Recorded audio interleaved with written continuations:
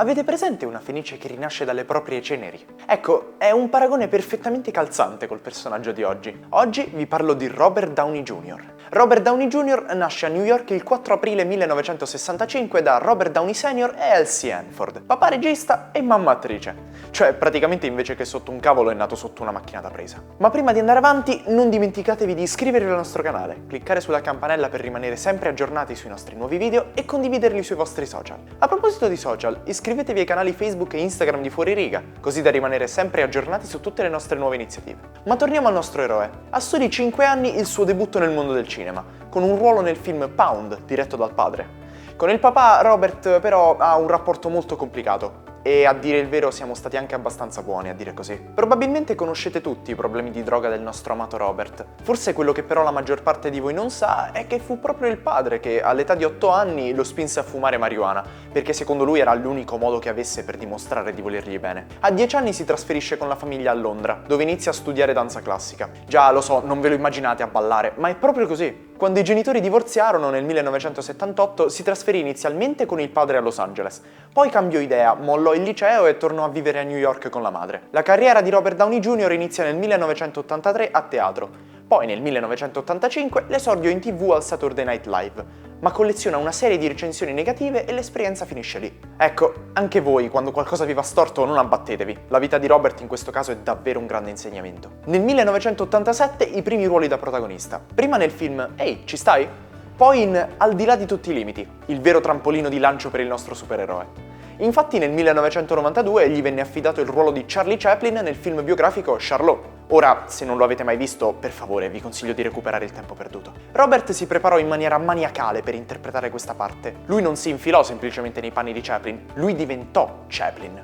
Oltre a ricreare tutte le movenze tipiche del personaggio, imparò a giocare a tennis con la mano sinistra e persino a suonare il violino. Tanta fatica venne ripagata da una nomination agli Oscar come miglior attore protagonista, un Golden Globe come miglior attore in un film drammatico e la vittoria del premio BAFTA come miglior attore protagonista. Intanto Robert incontra Deborah, attrice e cantante americana, e dopo ben un mese e mezzo di frequentazione i due decidono di sposarsi. Dalla relazione nasce il suo primo figlio, Indio. Tra il 1993 e il 1996 gli vennero affidate solo piccole particine e cominciarono in quel periodo i primi problemi con la droga. Nel 1996 viene trovato in possesso di droghe pesanti e quindi arrestato. Dopo soli 3 mesi viene nuovamente beccato e condannato a 3 anni di libertà vigilata, che però viola, e quindi viene recluso per la seconda volta per 4 mesi. Nel 1999 una nuova condanna a 3 anni di carcere per avere nuovamente saltato un controllo, ma viene rilasciato solo un anno dopo su cauzione. Nel 2000, appena uscito dal carcere, viene scritturato dagli autori della serie TV Ally McBeal, nella quale recita al fianco di Calista Flockhart. Per questa serie vince un Golden Globe e viene nominato a un Emmy. Ma il successo non basta e dopo soltanto un anno viene licenziato a causa di una nuova condanna. A quel punto la sua carriera è irrimediabilmente compromessa e anche il suo matrimonio. Lui e Deborah si separano definitivamente. Nel 2003 Robert riesce a ottenere una parte nel film Gotica e proprio sul set incontra la produttrice, Susan Levin, sua futura moglie. L'incontro con Susan gli fa venire voglia di essere un uomo migliore e decide definitivamente di smettere con qualsiasi sostanza stupefacente. Così nel 2005 i due si sposano. Dopo la partecipazione ai film Kiss Kiss Bang Bang e Zodiac, la svolta. Prima riceve nuovamente una candidatura al Golden Globe e una agli Oscar per Tropic Thunder, e poi viene scelto per interpretare Tony Stark, un genio miliardario playboy filantropo, protagonista della famosa trilogia targata Marvel Iron Man. Nel 2009 un altro ruolo fortunato, quello di Sherlock Holmes,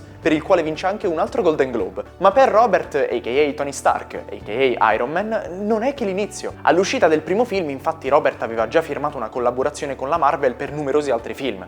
Quindi prima Iron Man 2 e Avengers nel 2012, poi Iron Man 3 nel 2013 e ancora dal 2015 al 2018 in ordine Avengers Age of Ultron, Capitan America Civil War, Spider-Man Homecoming, Avengers Infinity War e Avengers Endgame. Qualche curiosità sul nostro supereroe preferito. Robert ha 3 tatuaggi, uno dedicato al figlio Indio, uno alla moglie Susan e il terzo, fatto in occasione dell'uscita del film Avengers Infinity War insieme agli altri attori principali del cast, che è un'immagine stilizzata sull'avambraccio destro che rappresenta l'insieme dei simboli di tutti i supereroi della serie. La sua prima relazione importante nel 1984 è stata con Sarah Jessica Parker, la mitica Carrie Bradshaw di Sex and the City.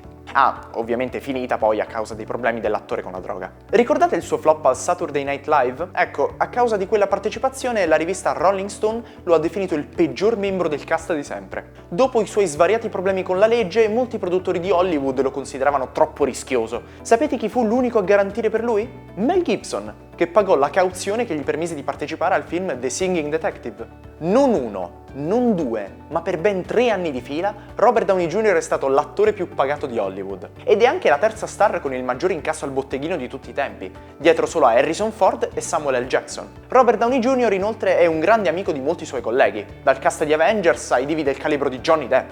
È anche grande amico di Sting. Oltre ad aver condiviso lo schermo e il palcoscenico in più occasioni, il musicista britannico ha suonato al suo matrimonio insieme a Billy Idol.